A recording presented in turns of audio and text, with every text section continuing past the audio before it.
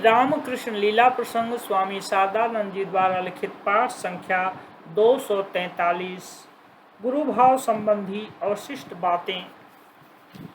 अपने भक्तों को देखने के लिए श्री रामकृष्ण देव के हृदय की व्याकुलता। इस बात को समझ लेने के साथ ही साथ श्री जगदम्बा ने श्री रामकृष्ण देव में इस उदार मत का उदय कराया कि जितने मत हैं उतने ही पथ हैं। हम यह भी स्पष्ट देखते हैं कि उनका विचारशील मन तभी से एक और विषय के अनुसंधान में अग्रसर हुआ था। श्री रामकृष्ण देव के शरीर मन को आश्रय कर अवस्थित साक्षात मान से उस नवीन उदार भाव को ग्रहण कर कौन भाग्यवान पुरुष अपने जीवन का निर्माण कर धन्य होंगे। माँ से शक्ति ग्रहण कर उनकी वर्तमान युग की अभिनव लीला में सहायक बनकर कौन दूसरों को वह भाव ग्रहण कराकर कृतार्थ करेंगे। माँ ने उस महान कार्य के अनुष्ठान के निमित्त किन को चिन्हित कर रखा है। इन बातों को जानने तथा समझने की अभिलाषा से उस समय उनका मन व्याकुल हो उठा था। मथुर बाबू के साथ श्री रामकृष्ण देव के प्रेम संबंध के प्रसंग में श्री रामकृष्ण देव की अपने भक्तों से मिलने की अभिलाषा का हम उल्लेख कर चुके हैं। जगदम्बा की अचिंत्य लीला के प्रभाव से इतने दिनों तक समस्त विषयों में संपूर्ण अनासक्त श्री रामकृष्ण देव के हृदय में उनके पूर्व दृष्ट चेहरे उस समय उज्ज्वल तथा सजीव हो उठे। उनकी संख्या कितनी होगी, कब कितने दिन में माँ उनको यहाँ लाएंगी, उनमें से किसके द्वारा माँ किस कार्य का संपादन कराएंगी, उन लोगों को माँ उनकी तरह त्यागी बनाएंगी अथवा गार्हस्थ धर्म में अवस्थित रखेंगी। श्री रामकृष्ण देव के साथ माँ की इस अपूर्व लीला की बात अब तक 2-4 व्यक्तियों को ही कुछ विदित हो पाई है। भविष्य में आने वाले व्यक्तियों में से किसी को जगदम्बा की इस लीला की बात सम्यक विदित हो सकेगी अथवा उसका आंशिक परिचय प्राप्त कर ही वे चल देंगे। इस तरह नाना प्रकार की बातों के चिंतन में ही अद्भुत सन्यासी मन के दिन बीतने लगे। इस बात को उन्होंने आगे चलकर बहुधा हमसे उल्लेख किया था। वे कहा करते थे, तुम लोगों को देखने के लिए उस समय मेरा चित्त इस प्रकार व्याकुल हो उठता, हृदय इस तरह ऐंठने लगता कि दर्द से मैं विकल हो जाया करता था। जोर से चिल्लाकर रोने की मेरी इच्छा होती थी, किंतु लोगों के सम्मुख यह विचार कर कि वे क्या सोचेंगे मैं रो नहीं पाता था। किसी तरह संभल कर रहा करता था। जब दिन बीतकर रात हो आती, माँ के मंदिर तथा विष्णु मंदिर में आरती के घंटा घड़ियाल बज उठते, उस समय यह सोचकर कि और भी एक दिन चला गया, तुम लोग अभी तक नहीं आए, मैं अपने को संभाल नहीं पाता था। कोठी की छत पर चढ़कर तुम सब कहाँ हो, आओ आओ कहकर जोर से चिल्लाता हुआ तुम लोगों को पुकारा करता था तथा खूब जोर से रोता था। मालूम होता था मैं पागल हो जाऊंगा। इसके कुछ दिन बाद एक एक कर तुम लोगों का आना प्रारंभ हुआ, तब कहीं मुझे शांति मिली। चूँकि मैंने पहले ही देखा था, इसीलिए जो ही तुम लोग आने लगे त्यों ही मैं पहचान जाता था। तदनंतर जब पूर्ण आया तब माँ बोली, दर्शन में तूने जिन जिन लोगों को देखा था कि वे तेरे पास आएंगे, पूर्ण के आने से उन लोगों का आना पूर्ण हो गया। इस श्रेणी के लोगों में से अब किसी का आना बाकी नहीं रहा। माँ ने उनको दिखाकर कहा, यही सब तेरे अंतरंग हैं। यह है अद्भुत दर्शन तथा उनकी अद्भुत सफलता। श्री रामकृष्ण देव की इन बातों का अर्थ हमारे लिए कहाँ तक समझना संभव है। श्री रामकृष्ण देव की तत्कालीन स्थिति के संबंध में हमारा यह कथन स्वकपोल कल्पित नहीं है। पाठकों को यह समझने के लिए ही स्वयं श्री रामकृष्ण देव की कही हुई बातों का यहाँ पर उल्लेख किया गया है। श्री रामकृष्ण देव की धारणा, जिसका अंतिम जन्म है वही यहाँ आएगा। ईश्वर को जिसने एक बार भी ठीक ठीक पुकारा है उसे अवश्य ही यहाँ आना पड़ेगा। इस तरह अपने मत के अनुभव तथा उसे ग्रहण करने के कौन कौन अधिकारी हैं, यह निर्णय करने में प्रवृत्त हो श्री रामकृष्ण देव को और भी एक बात की धारणा हुई थी। श्री रामकृष्ण देव स्वयं हमसे बहुधा इस बात को कहा करते थे।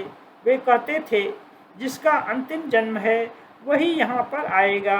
ईश्वर को जिसने एक बार भी ठीक ठीक पुकारा है उसे अवश्य ही यहाँ आना पड़ेगा। उनकी इस बात को सुनकर लोग क्या क्या सोचा करते थे कहना कठिन है। किसी के मतानुसार उनकी यह बात एकदम अयौक्तिक थी, किसी की यह धारणा थी कि उनका इस प्रकार का कहना भक्ति विश्वास जनित असंबद्ध प्रलाप है। किसी को इस कथन से श्री रामकृष्ण देव के मस्तिष्क की विकृति अथवा अहंकार का परिचय प्राप्त हुआ था। किसी ने यह सोचकर कि भले ही उनके कहने के तात्पर्य को यथार्थ रूप से समझना संभव न हो, फिर भी जब उन्होंने ऐसा कहा है तो वास्तव में ही वह सत्य है। इसलिए उस संबंध में युक्ति तर्क द्वारा विचार करना विश्वास के लिए हानिकारक है। अपने आँख कान को बंद कर लिया और कोई इस विचार से कि यदि किसी समय श्री रामकृष्ण देव इस विषय को स्वयं समझाएंगे तभी समझ लेंगे। इस संबंध में विश्वास या अविश्वास कुछ भी पक्का न करके उसके पक्ष या विपक्ष में जिनका जो कुछ कहना है उसे अविचल हृदय से सुनते रहे, किंतु अहंकार संपर्क लेश रहित स्वाभाविक सहज रूप से ही श्री जगदम्बा ने श्री रामकृष्ण देव को अपने उदार मत का अनुभव तथा यथार्थ आचार्य पदवी पर आरूढ़ कराया था। इस बात को पाठकों को समझाना यदि हमारे द्वारा संभव हुआ हो तो उनके इस कथन के तात्पर्य को समझने में विलंब न लगेगा। केवल इतना ही नहीं, कुछ गहराई के साथ विचार करने पर पाठकों को यह विदित होगा कि श्री रामकृष्ण देव का इस प्रकार का कहना उनकी तत्कालीन सहज स्वाभाविक उच्च आध्यात्मिक स्थिति का ही विशिष्ट प्रमाण स्वरूप है।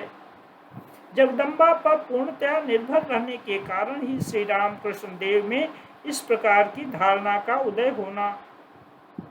जगदम्बा के बालक श्री रामकृष्ण देव को अपने शरीर मन के भीतर दृष्टिपात कर उस समय जो अपूर्व आध्यात्मिक शक्ति संचय तथा शक्ति संक्रमण सामर्थ्य का परिचय प्राप्त हुआ था वह उनके ही निजी प्रयास का फल है। यह बात उनके मातृगत प्राण में क्षण भर के लिए भी उदित नहीं हुई थी। उसमें उन्होंने अचिंत्य लीलामयी जगतजननी की लीला का ही अवलोकन किया था तथा उसे देखकर वे स्तंभित एवं विस्मित हो उठे थे। अघटन घटन पटीयसी माँ ने एक निरक्षर शरीर मन को माध्यम बनाकर यह कैसी अपूर्व क्रीड़ा का आयोजन किया है। मोह को बाचाल बनाना, पंगु के द्वारा सुमेरु का लंघन कराना आदि माँ की जिन लीलाओं को देखकर लोग मुग्ध हो उनका गुणगान किया करते हैं, वर्तमान कालीन उनकी यह लीला उन अन्य समस्त विषयों को का 100 गुना सहस्त्र गुना अधिक रूप से अतिक्रमण कर रही है। उनकी इस लीला के द्वारा वेद बाइबल पुराण आदि समस्त धर्मशास्त्र प्रमाणित तथा धर्म मत प्रतिष्ठित हो रहे हैं। संसार के जिस अभाव को इससे पहले किसी भी युग में कोई दूर नहीं कर पाया है वह भी चिरकाल के लिए दूर हो रहा है। धन्य माँ, धन्य लीलामयी ब्रह्म शक्ति। उपरोक्त दर्शन के कारण ही श्री रामकृष्ण देव में इस तरह की भावना का उदय हुआ था। माँ की बातों में माँ की अनंत करुणा तथा अचिंत्य शक्ति में पूर्ण विश्वास रहने के कारण ही इस दर्शन को ध्रुव सत्य मानकर कहाँ तक उस लीला का विस्तार होगा, कौन कौन उनके सहायक बनेंगे तथा किस प्रकार के हृदय में उस शक्ति का बीज का रोपण होगा आदि प्रश्नों को क्रमशः माँ से पूछकर उसके फलस्वरूप अंतरंग भक्तों को देखना तथा जिसका अंतिम जन्म है ईश्वर को प्राप्त करने के निमित्त जिसने एक बार भी हृदय से पुकारा है वही माँ के इस अपूर्व उदार नवीन भाव को ग्रहण करने का अधिकारी है। इस निर्णय पर श्री रामकृष्ण देव पहुँचे थे। अतः यह निश्चित है कि जगत जननी पर श्री रामकृष्ण देव के पूर्ण विश्वास के परिणाम स्वरूप ही यह संभव हुआ था। माँ पर सर्वदा निर्भरशील बालक के लिए इस तरह के सिद्धांत के अतिरिक्त और कुछ करने का दूसरा कोई उपाय ही नहीं था तथा इसके द्वारा उनके हृदय में अहंकार लेश मात्र भी उदित नहीं हुआ था।